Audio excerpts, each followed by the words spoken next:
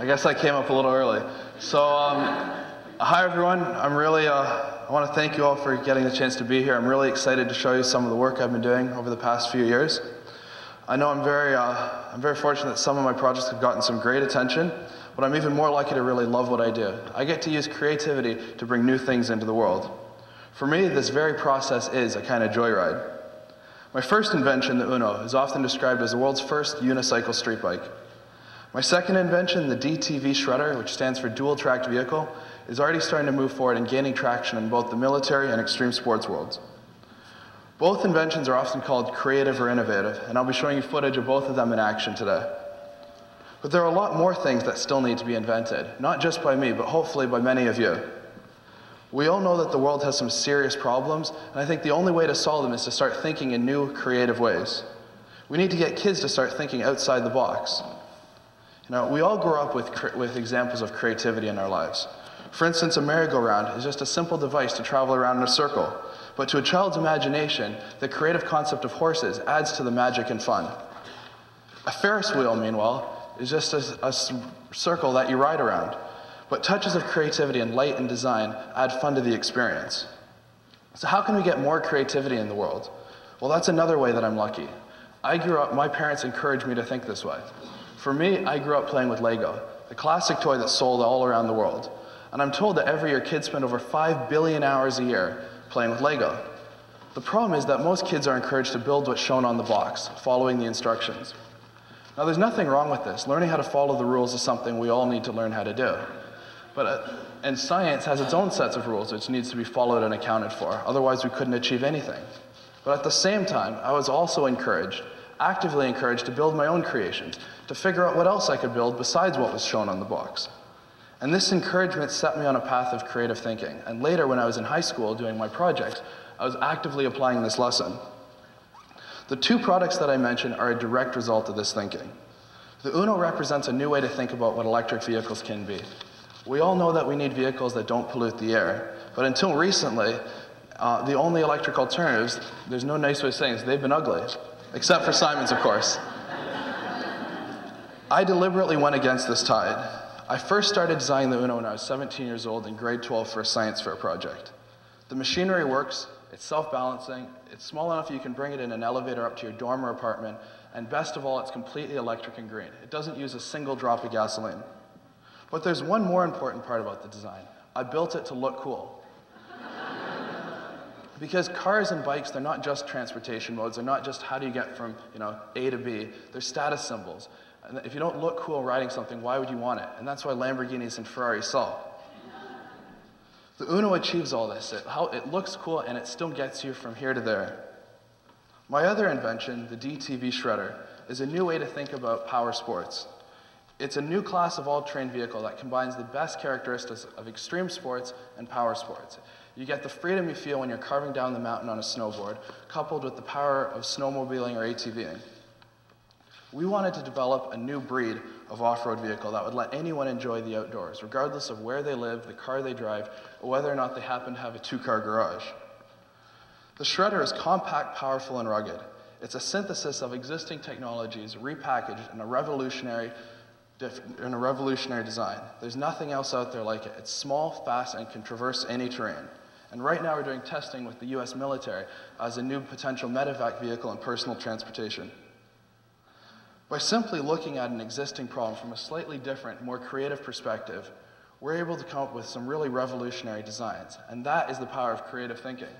And the unexpected results are what make it fun and exciting. And again, for me, is the joyride. So 12 months ago, a buddy and I started this company, and here's a quick video to show some of the progress we've done.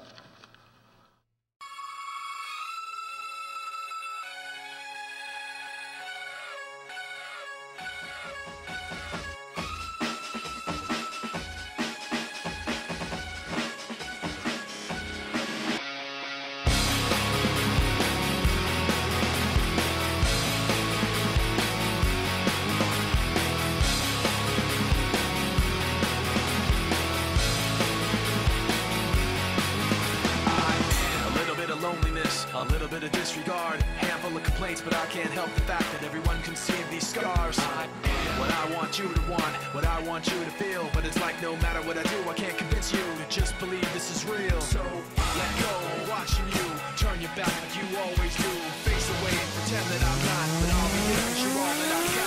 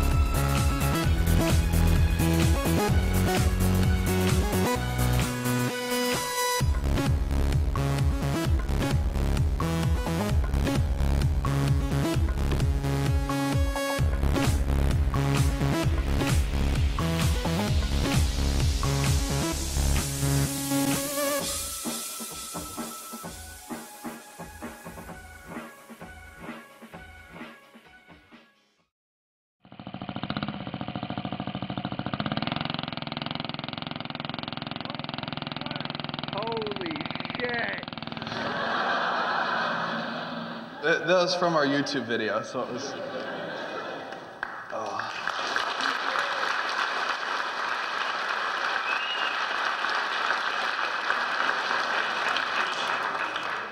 So right now I'm at a point where I'm looking for a strategic partner to help bring the shredder to manufacture, and we've been meeting with different companies over the last month. Last week, luckily, the shredder started to get some serious online attention. We hit over 1 million YouTube hits in 5 days. And now I'm at a point where one of my science projects has the potential to actually turn into a real company and make a difference in the world. So people ask me all the time, how can we get more young people to be innovative, creative, or think outside the box?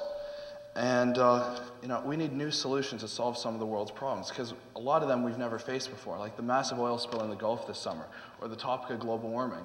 And we need new ways of thinking about attacking these problems, and we need to unleash new ideas. So I think a big part of the problem is the way we're conditioned as kids. From the first minute we enter preschool, we're conditioned to be followers, to listen to our teachers, and be members of a herd. Of course, kids need to be socialized. They need to experience teamwork, learn how to get along and stay out of trouble and not break the law. But that should not mean surrendering one's ability to think in new ways, to make fresh mental connections, and develop new solutions.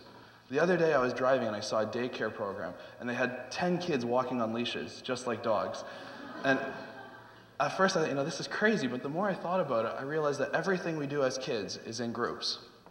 Children in school take naps together, they do activities together, they eat together, they play together.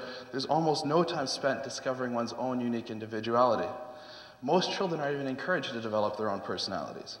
Unfortunately, this pattern continues through most of the school system. Students are often penalized by authorities and their peers for speaking out, being unconventional, and expressing themselves as distinct individuals. In the real world, however, it's the fresh, unconventional approaches that succeed the most.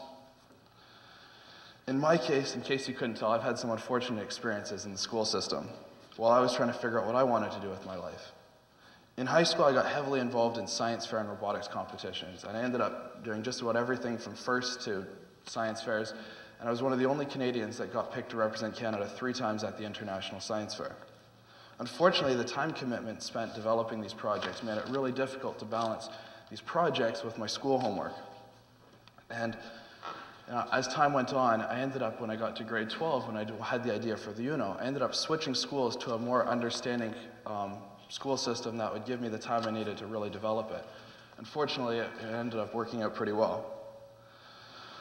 Now that I'm in college, it's still difficult to balance these projects which have now turned into businesses with academic achievement.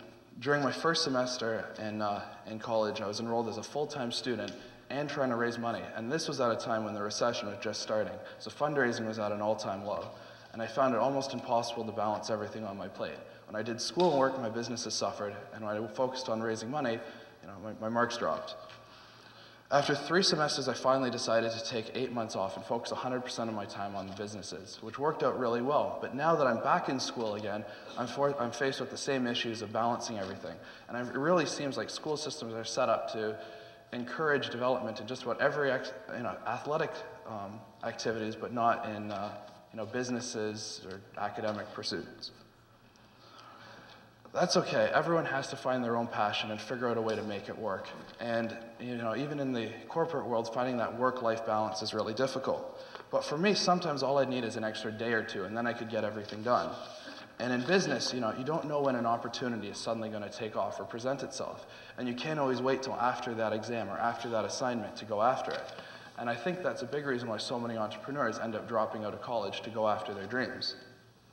Myself, I'm still working really hard trying to do it all. And as I said at the start, I consider myself really lucky. I have 2 exciting projects, a business already, and I'm still trying to keep everything going. Now, I know many of you are students yourselves, and I'm not suggesting that my choices are right for everyone, but I can report very truthfully that creative thinking is what I consider very rewarding and is a joyride. And if you look up the definition of a joyride, there's often words added like irresponsible or reckless, but the core definition is a ride taken for pleasure. Life is a ride we all have to take, and I've gotten immense enjoyment out of infusing mine with creative thinking. So in whatever you choose to do, I wish you the same joy. Thank you.